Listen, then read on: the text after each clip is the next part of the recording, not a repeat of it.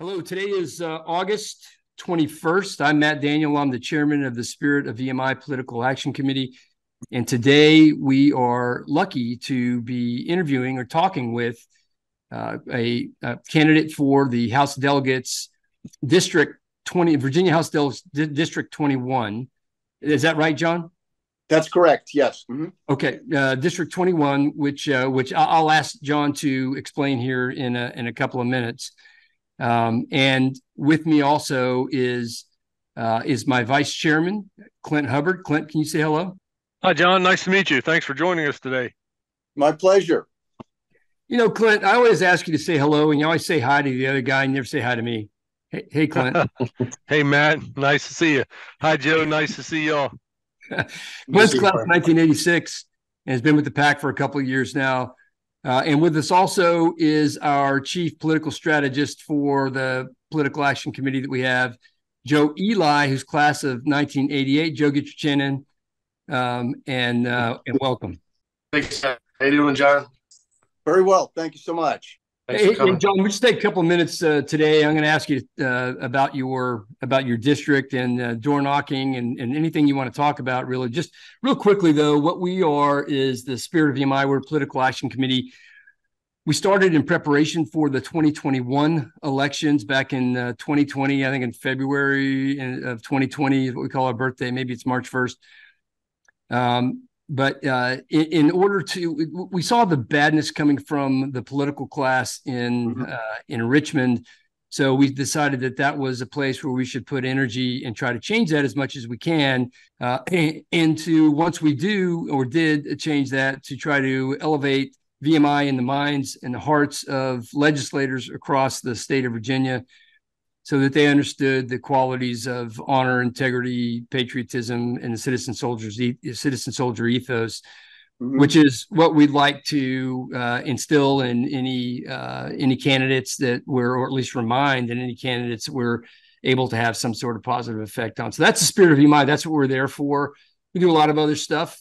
Sometimes it's activism instead of action, but we're happy to have you here today, and I'd love to hear your story quickly and tell us about your district, and just tell us what you want to tell us about door knocking, et cetera, please. Sure, you bet. Well, it's my pleasure to spend some time with you. I really appreciate the opportunity, and frankly, I want to upfront congratulate you all on your efforts. I was very pleased to read that the rat line is back up to almost full capacity this year with about 500 incoming freshmen. And I think that is directly attributable to the efforts that you've put forward just to kind of push back on the DEI issues that are, unfortunately invaded your campus as well as so many other campuses across the country. So you're to be congratulated. And I really appreciate you for stepping up, because it's always easy just to kind of take a pass and complain about things, but to be in the arena really makes a difference. So thank you. So I want to just tell you a little bit. I don't know how well you can see this, but District 21 is essentially just Western Prince William County, kind of the purple looking district here. You probably followed the kabuki dance of redistricting that we had the last year or two. And ultimately, the Supreme Court, the default position was that the Supreme Court redistricted. They decided that, well, we're just going to go with a Democrat master and a Republican master, and we're going to come up with a law, district lines without respect to incumbents, but with respect to traditional jurisdictional lines, which they did, particularly in our case. So Western 21 is only in Western Prince William County, primarily Haymarket, Gainesville, 17 precincts, I think 14 of which I have previously represented when I was on the Board of County Supervisors. And what's very telling also, or is very rewarding, at least for me and for others in the district, is that this exact same area was represented, or technically is still represented by 4 different individuals, none of which live in Prince William County. They live in Fairfax, Manassas City, Manassas Park, and Loudoun County. So to finally have someone who will be elected to represent, the interests of Prince William residents, I think is very reassuring. This also, if you talk to the speaker or other leadership, you'll find that this is probably the most competitive district in the Commonwealth of Virginia for this November election. Governor Youngkin did win what is now the 21st by a little over 800 votes. Hung Cao, who was our candidate for Congress last year, lost it by 500 votes. Different turnout dynamics, but clearly, if you look at the VPAP rating on this district, you'll see that we are right on the 50-50 line, and very much seen as probably, if not the most competitive, certainly one of the top 2 or 3. So I've lived in this district for 25 years. I'm not a native Virginian, but I've lived in Virginia for 42 years, in Gainesville, Haymarket for 25 in the same house, and I've been involved in the community for 25 years. Some of the philanthropic work that I've done, I was chairman of the board of directors for the Hilton Performing Arts Center, which is a real jewel in the western part of the county. I've been involved still on the Manassas Battlefield Trust. We're the official philanthropic partner with the National Park Service, and are involved in raising money for efforts projects that are outside the NPS budget. Also, I've been on the board for the Heritage Hunt Classic. We raised money to the tune of about $1.5 million now over the last 15 years for the Cancer Center at Lake Manassas. Also been very involved in my church, as well as the Knights of Columbus. And we are now finally, after 22 years, under construction for a 308-seat church close to my home. That's been something we've been involved in, as I say, for 22 years. And to see it come to fruition, it really is literally a miracle. It's quite amazing. But I mentioned I was on the Board of County Supervisors here for 8 years. Let me back up a little bit about my personal background.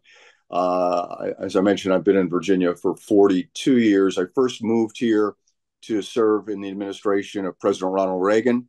I did that for 7 years. I had worked on his campaign for a year as well. Subsequently, I moved on to Capitol Hill and was chief of staff to a member of Congress from Oklahoma, a guy named Tom Coburn. Then moving down the road here, I was elected to the Board of Supervisors here in 2003 and reelected in 2007. I have been pleasantly surprised, even though I haven't been in office in over 10 years, that the residual positive goodwill that is still out there for me, my name, my reputation, and just the ID, the voter ID or the name ID that's pretty strong for me. And I was, as I say, I was pretty pleased to hear that, particularly given, the change, the demographic change in the district, as well as the number of new folks that have moved in and folks that have moved out. So, but again, we don't take anything for granted. To your point, Matt, we hit doors literally every day. After we complete this engagement here, we're going to go back out. We usually go to about 7:30 during the week. And I would say since February 15th, when we knocked on our first door, we have averaged over 6 days a week hitting doors. And I can't even tell you what that number is. It's in the thousands, personally in the thousands for me, as well as our team goes out. There'll be like 4 of us tonight. And it's the best way to meet the voters and to find out what's on their minds. And we have some consistent themes that we hear from, and they're very, I think I'm well positioned on those and are in concert with the vast majority of the voters. One is about what's going on in the public school systems. A lot of voters, a lot of parents, and a lot of grandparents are vehemently concerned about what's being done in the school system, and that parents are not informed about, critical information about their children, that it's being kept from them. I can't tell you the number of people that I have spoken to who have said, we are moving our children out of public schools, or we decided to homeschool. or sending them to private school, and all of the above are a sacrifice on our behalf, but it's our children that are the future, and it's too much to risk. So they've made that conscious decision to do that. Crime is also a very much on the forefront of people's minds here. Crime is up in this county 70%, and I lay that right in the laps of the majority on the county board of supervisors, which are now it's a 5-3 Democrat majority. We had a 20-year majority of 6-2 Republican majority, including the 8 years that I served, and crime was never as high as it is now. And I think there's 3 factors to that. One, their party is the party of defund the police. And I've talked with many rank and file police officers who've told me confidentially that they know that leadership on the board does not have their back. And so they are looking to move to Homeland Security, where they can be compensated more. They can get a signing bonus, that type of thing, and know that that they'll be protected in their jobs. Secondly, our Commonwealth's attorney, indictments are down to a record low, yet crime is up 70%. And I like to say that she operates literally a catch and release program. And I often joke saying that it's not a bad thing to do if you're a bass fisherman, but it's a terrible way to operate when you're dealing with violent criminals. And then thirdly, when I was on the board, I initiated what was called the 287G program. That was in 2007. We were the first jurisdiction in the country to do that. And we partnered with ICE, Immigration and Customs Enforcement, thereby every person post-arrest was asked, are you here in this country illegally? And the vast majority admitted it because they knew that they were caught. And then based on the crime or the number of crimes they had committed, ICE would make the determination to take custody of these individuals for deportation at the completion of their sentence here in the United States. And we did this 10,000 times between 2007 and 2019. That's the number of criminal aliens that we were able to remove from the streets and make it an incredibly safer community. Violent crime dropped 46%. Overall crime dropped 40%. In 2020, when the Democrats had control of the board or took control of the board, they felt that this program was no longer appropriate, so they have eliminated it. I think it's only a coincidence that crime has skyrocketed up 70%.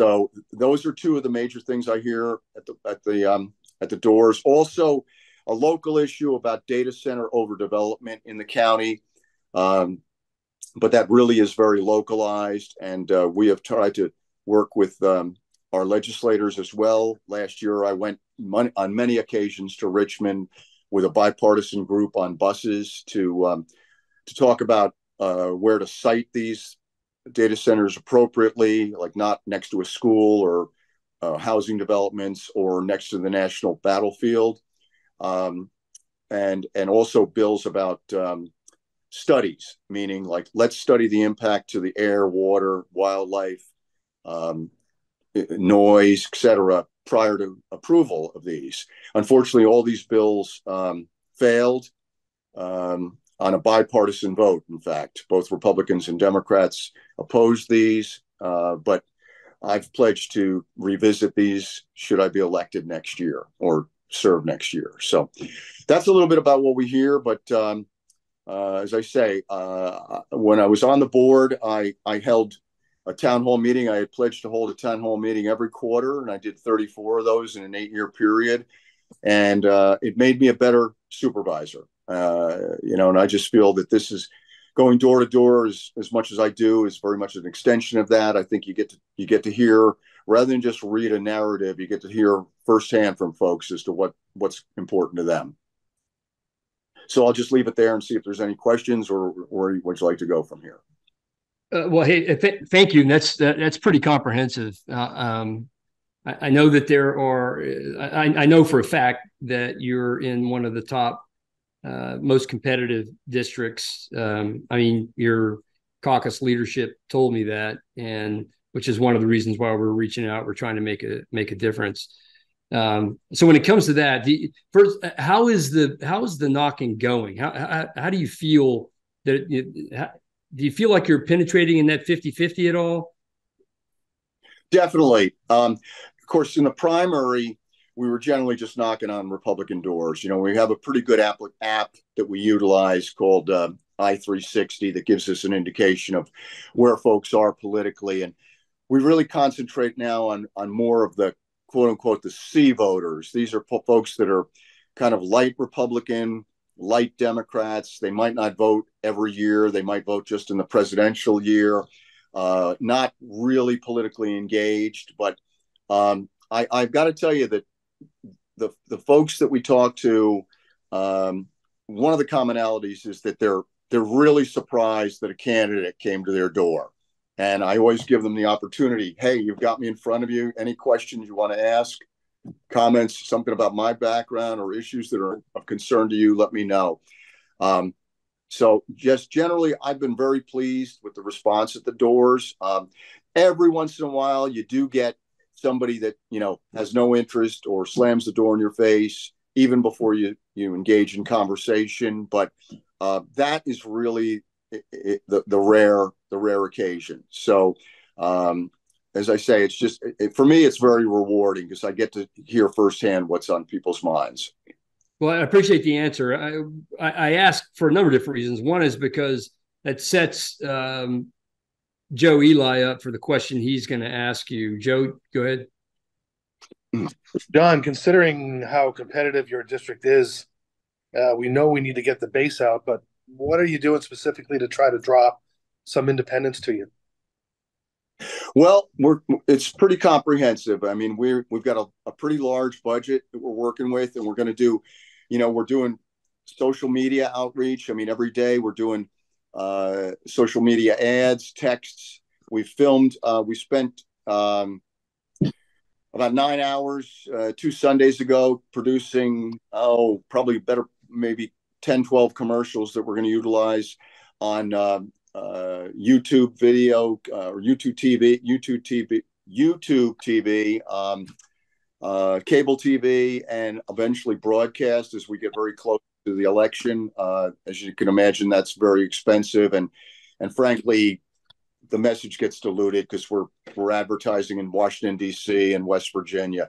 But really, in our race, we need to do that. We're also doing direct mail and door-to-door distribution of literature. I mean, I think we're trying, you know, we're trying to cover, you know, every base in terms of issues. You know, we're everywhere. I mean, literally, and comparatively, my opponent doesn't seem to be doing much. I'm not quite sure what he's doing, but we're not really concentrating on that. We're concentrating on working our plan. We've planned the work and we're working the plan.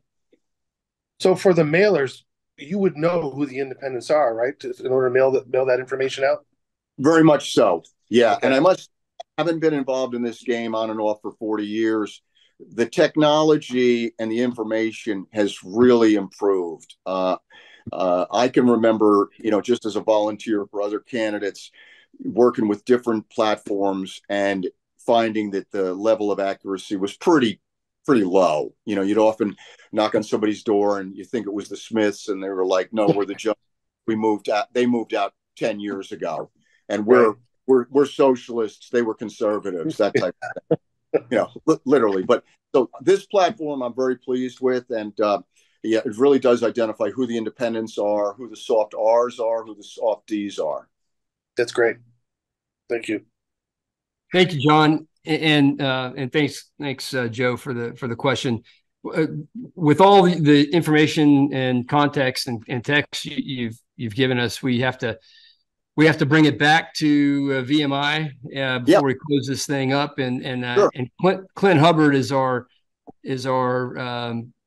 man with the plan when it comes to asking VMI questions. So, sure. Thanks, Clint. Matt. John, as you can see, I have a picture of VMI behind me. With our, you know, we're obviously all Virginians are mostly Virginians in the pack, but we're interested in Virginia issues, but obviously our reason for being centers around VMI. So the question is, the Spirit of VMI pack supports the time-honored values of integrity, leadership, patriotism, and the citizen soldier ethos, which are really the backbone of VMI. Can we count on if elected, can we count on your support to support the Spirit of VMI and our quest to keep those values alive and well at the Institute? 100%. Absolutely. And if I could just share, you know, I don't have the military background that you gentlemen do, but I've never lost respect for it. And I just want to let you know my familiarity with VMI goes back well over 30 years. I've been on campus many, many times. A great friend of mine who still lives not far from here, he lives in Northern Virginia now, was an instructor. He retired as an Air Force colonel. He was an instructor there in the early 90s. And we visited them many times. And he shared with me, you know, many of the traditions and experiences of VMI. And we really got to see things firsthand. I've been in the you know, the George Marston Museum. I've been in the chapel. I've been, you know, throughout campus. And I've been to the, on more than one occasion, I forced my wife to visit historic sites throughout Virginia. And I've certainly been to the New Market on several occasions. Matt knows that I know the Smith family pretty well and have for many, many years. And we've certainly visited them as well. And it's really just a unique educational experience, not only to Virginia, but to the nation. And it needs to remain as it has for the 183 years. And I'm proud to be, you know, just, you know, by extension associated with it. Thank you, John. That's a great answer. And I would say that, you know, we talk to a lot of legislators that are actually in office and potential legislators, and there are a lot who have never set foot on the post at all. So the fact that you've been there many times and visited the other holy sites at New Market and so forth, thank you for that, and thanks for sharing that. That's very important to us. Very good. Thank you. And we're gonna drop the if language. It's when you win. Right. You know, hopefully we'll be able to reach you and talk with you about issues that I'm sure will come up once you're in office there. So that's fantastic. And so, John, have you seen this challenge coin? No, I don't believe so. Well, we're going to get you one. We're going to get you one because Thank you. we do that for all the people that we endorse. And I think that is, as long as we can get you to say VMI is good, then you'll get our support and endorsement. So I'm going to listen for that. Okay. How about that? Is it all right if I say VMI is great? Is that okay too? That's perfect. That's one awesome. Better. That's one better. Well, thank you very much for your time today, and we appreciate what you're doing. We appreciate what you and your wife has done. Your wife was appointed by the previous president to be on the board of visitors for the United States Air Force Academy. You told me that. Yes. That's amazing. We're always every year looking for good recommendations of who to recommend to be on the board of visitors. So we'll certainly want to talk with her. But good luck with the rest of your race, sir. And I very much enjoyed this conversation. Virginia needs John Stirrup in the General Assembly. There's no question. You know, if the old saying "all politics is local," he should be pretty well placed in that. You know, because he's a known entity. Right. I think he said 14 of the 17 precincts he had represented in the Board of Supervisors. You know, he's done a hell of a lot. You know, yes. Board of Supervisors, that's no joke. No. No, plus working for Tom Coburn. Yeah. You know.